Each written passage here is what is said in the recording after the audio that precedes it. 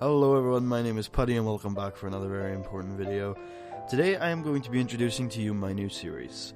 I have done a lot of thinking about this series over the last couple of months even, and it's been a difficult decision for me to make whether I even wanted to do another series, and to that end what series I wanted to do. I've thought of tons of different really complicated and complex ideas I could do, lots of different promotions I could take on and kind of go down some crazy paths, both in real world and in Seaverse, and I've genuinely considered at least 6 or 7 different ideas over the course of the last few months. But I came to a conclusion a couple of weeks ago that the 2 series I've been doing over this last year, these 2 series, which were Oli and the Brand Split series with Tucker, have both been really complicated, really intricate series. They've been series that have been complex for the most part. And although I do feel like Oli failed from a production standpoint, it definitely contains some of my most ambitious and good work from a storytelling perspective. And the same can be said for the Brand Split series. So, I'm a firm believer that complexity is not a measure of quality, it is a style. And that you can have good quality, simple media, not just pro wrestling, but media in general. And so I came to the decision that I wanted to do something that was simple. And so I wanted to go back to my roots. Because at my roots was something that a lot of people seemed to enjoy. And something that I enjoyed. And I felt like it fit thematically with the future of this channel. So, as I go back to my roots, I'm introducing to you today Mid-Atlantic Wrestling. Mid-Atlantic Wrestling was the first promotion that I played on YouTube in TEW. This was in TEW2016. And it was a series that I had a lot of fun making and a series that a lot of people seemed to enjoy. And I thought, if I want to go back to basics and do a really simple storytelling thing, I wanted to do it on YouTube. And I wanted to do it with Mid-Atlantic Wrestling. And so I'm not going to promise you that what the schedule is going to be like. Currently, I'm planning to release this series every Saturday, with possible extra episodes midweek. But you should get an episode at least every Saturday. Obviously, this is going up on a different day. I'm not sure which yet, but we're going to start the series properly this Saturday. I'm going to be running Mid-Atlantic Wrestling around the same as it usually gets run, so I'm not making too many changes. But I did want to make a few changes with you on screen right now. We're not going to do my traditional introduction. I'm not going to go through the whole roster because the nature of this series is going to be that the roster is probably going to change a lot. But I did want to show you some changes I'm going to make to the promotion.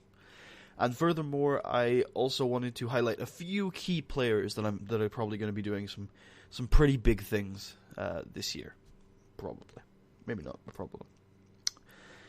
Also, I wanted to mention that I have obviously a new graphical setup. I'm trying this out. This is something that I used on stream before. It's to make more use of the real estate on the screen. There's a lot of black bars sometimes in TW. I don't like stretching things, so I thought maybe that this was a good idea. Let me know what you guys think. If you can't see anything, then I'm happy to go back to a more traditional setup. So the first thing I want to change is size. Also, you can see in here that we're a very, very small company. We are regionally based. We're not actually regional yet, but we're based in one region. We're part of the Confederation of the Territories, which, for those of you who've never played Seaverse before in this kind of area, is an alliance where 5 or 6 different promotions say that this is my area of the world, and we're all going to band together to share talent across these different territories, and we're going to be different wings of one organization. So, for example, Mid-Atlantic Wrestling is the Mid-Atlantic wing of the Confederation. And similarly, say, New York City Wrestling, I think is the New York wing of the Confederation. And Coastal Zone is the California wing of the Confederation. So that's how the Confederation works, and we are the Mid-Atlantic wing of that, so we're basically just, we're going to stay in the Mid-Atlantic, we're not going to fuck with anybody else's area, and we're going to share talent around, we're going to develop people, we're going to grow them. This was a promotion founded by Rip Cord, who was a legendary wrestler who wanted to give back, wanted to teach the youth. It's been since taken over by Sam Keith, similarly legendary, and essentially it's like a dev promotion to the world, as it were. So let's. One thing I wanted to do in here is I wanted to set maximum size right now to regional.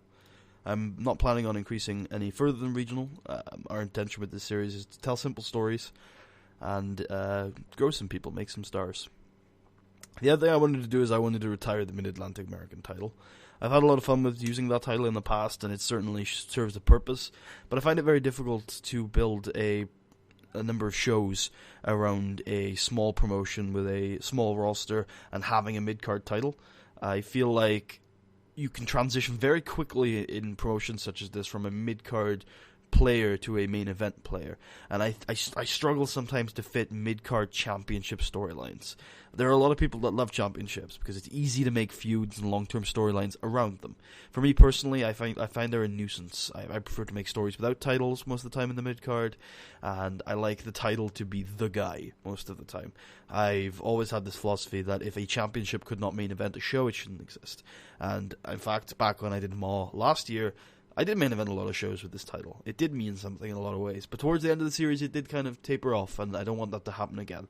So I'm going to be retiring the American title. And now the only championships that we have that are recurring are the Mid-Atlantic Championship, currently held by Greg Gage, fan favorite. We're going to be talking about him a little later. But we also have the Tag Team Championship, which is held by the Dynamite Express. Is that their tag team name? Or is that a different one? I think it's the Dynamite Express.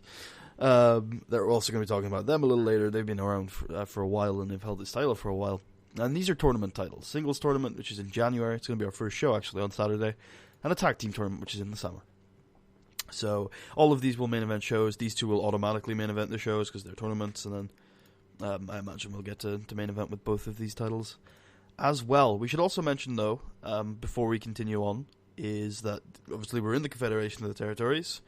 As you can see here, we have the Mexican territory, which I've actually done a series of this year. We've got the Canadian territory, and then we've got the California territory, the New York territory, and our own little DC territory. But another thing with TEW2016 is we have alliance titles. So kind of another layer on our little world here is that although we have our regional title, which is another thing as well, is that the name of the American title never made sense to me. Apparently it's, I guess you could call it like nationality specific, but then basically everyone in our promotion is going to be American. And if you thought it was the champion of America, the entire like country or continent, depending on whatever, then it's really weird that our main championship is just the Mid-Atlantic Championship. And of course, our main championship is not a world title, it's just the Mid-Atlantic regional title. The world title in our promotion is actually here. It's the Confederation of the Territories champion. And the world champion for even our promotion right now is Nicholas Lopez, who, if you've not watched the Oli series or played in the TW universe before, he's a very, very good professional wrestler. He's a typical ace-type stat character in that he brings a lot of the fundamentals to a match, but he doesn't have the selling to... he needs someone in there to sell for him, for one thing, if he wants a really, really good match. And he can't have really long matches, things like that. There's very, very standard stats for an ace to have. These, if you have like here, you got star quality, and you have these three, or not really this one. This is a little bit different, but these two specifically, and then something up here tends to be, don't really care about selling because you're not going to be doing a lot of selling. You're going to be beating up people. And then obviously in terms of popularity, he's pretty over here, actually. He's obviously super over in Mexico.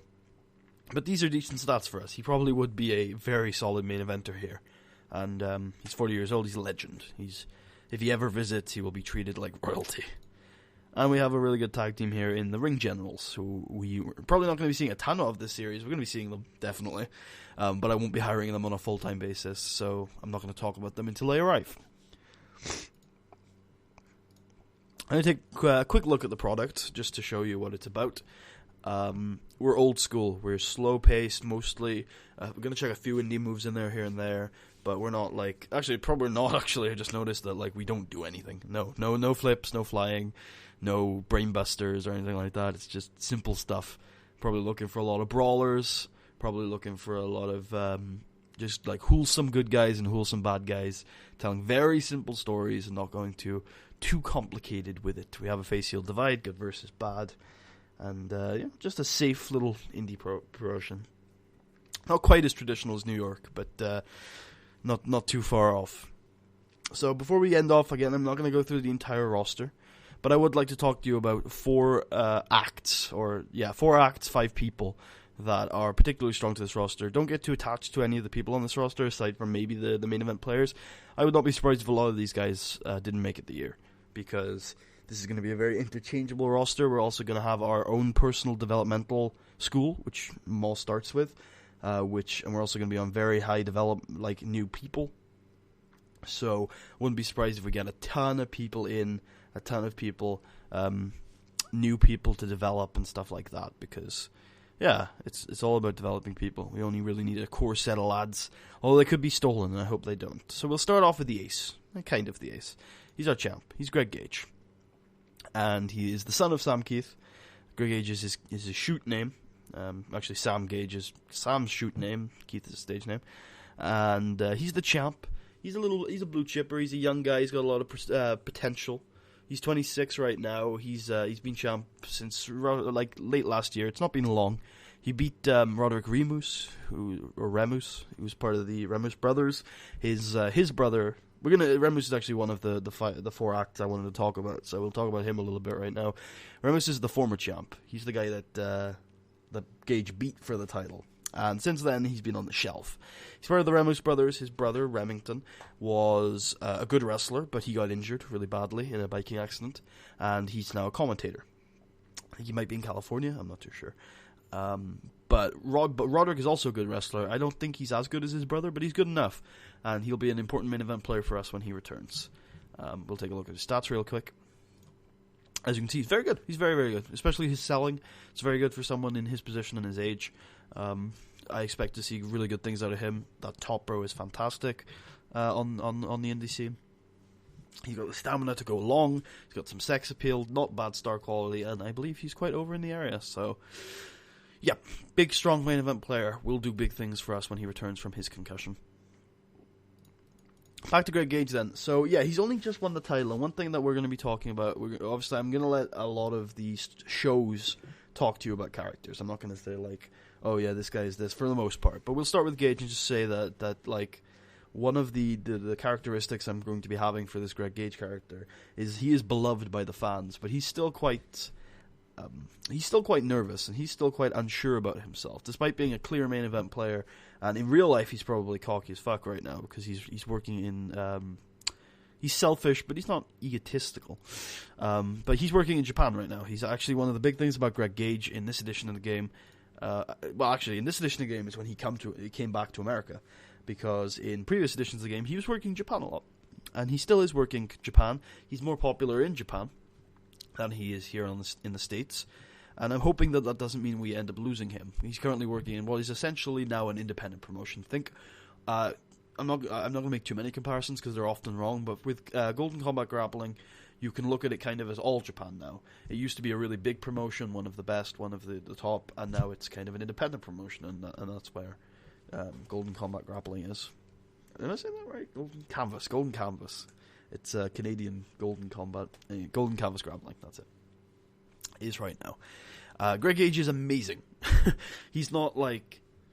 he's amazing. He would be a top upper mid-card kind of statted player in any promotion in the world. Probably maybe not... that star quality might hold him back from being a real top star at any promotion, really. But for our promotion, he's miles and miles ahead of anyone else we've got. That star quality is sensational. That charisma is sensational. Those 5 performance stats are very, very good. We talked earlier about the ace stat line. He's not quite got these stuff, but... he's got really, really good there, and, he doesn't need to sell that lot. He's a slick technical wrestler. He's very good at grappling, and again, he's very unsure about himself in character, but he is very good at the professional wrestling in character and out of character. He's very good. In fact, I think a little bit of confidence would probably turn him into a world beater. So another guy I want to talk about is, if I can find him, if I remember his name... He's not standing out to me right now. George is his name, yeah. George Wolfe, who is the son of Edward Wolfe, or Edmonton, who is a great road agent, who I'm not sure where he is in this version of the game, but he's very good. And his son George is a big lad. He's not huge, but he's a bulky, light heavyweight lad. And, he's towards the top of the card. I think he starts as a main eventer. He's the chosen one. apparently. The authority around here, who I haven't quite decided yet, probably taking a liking to him. His stats are not bad for the position that he's put in. He's obviously a big lad, a big bruiser lad, a big monster type. And for that, those stats really aren't bad. He's got some B minuses there in the performance stats, which you wouldn't really expect sometimes from the big lads. And he's got a 62 brawling, which means he's going to be a very good at that specific archetype match. He's going to be asked to do right. You're not going to be putting George Wolf in a match with Cheetah Boy and expecting them to keep up with each other. You're expecting George to beat the shit out of Cheetah Boy, and Cheetah Boy to launch that babyface comeback, and that's exactly what George can do. One of the things this game starts off with is a storyline, a back storyline plot point, a hook as it were, is Miller Ford, who's not one of the actors we're going to talk about in depth, but basically is a bit of a black sheep of sorts, and he beat George Wolf before this campaign began, and George is not happy about it. I won't say too much more, but we're going to be getting into that kind of hook later. So obviously, George not very happy that someone of his status has lost to someone of Miller Ford's status. The final act that I wanted to talk about before we end off this episode is Cameron Jones and Sid Collier, the Dynamite Express. They are a top tag team. They've been around since 2010. They've held the titles 3 times, which is a record. I think it's joint with someone. And they've held the titles currently for almost 2 years. It's since 2014. They've been around for a very long time. They are considered some of the greatest tag team wrestlers in the company at the moment. And they're charismatic enough as it is. I mean, Sid Collier is the brains behind the operation. He's kind of, he works with the business. He works with the contracts. He works with everything that they need to do to get to the arena and get paid what they deserve, right? Meanwhile, Cameron Jones is actually really, really good at pro wrestling, surprisingly. He's, he brawls like a madman. I'm not talking about in kayfabe here. I mean, in shoot here, I'm talking about in kayfabe. He's, he's a good pro wrestler. He's kind of the brawn behind the operation. And the pair work really well, and they're not afraid to cheat to get what they want. And sometimes they do, but I feel like a tag team like this, they can beat you without cheating. They just choose to cheat because they're assholes. And that's kind of what they're like. And we're going to be seeing more of them as we begin. So that's it for today's episode. I hope you guys enjoyed. I hope you guys are looking forward to the series. Let me know what you think in the comments. Thanks to all that have stuck around from Oli. I apologize again for the production issues we had during that series. Hopefully we will not repeat ourselves in this one. And I'm excited. I will see you guys on Saturday for the Ripcord Invitational. I will put my talent points in by then. I promise. See you guys then.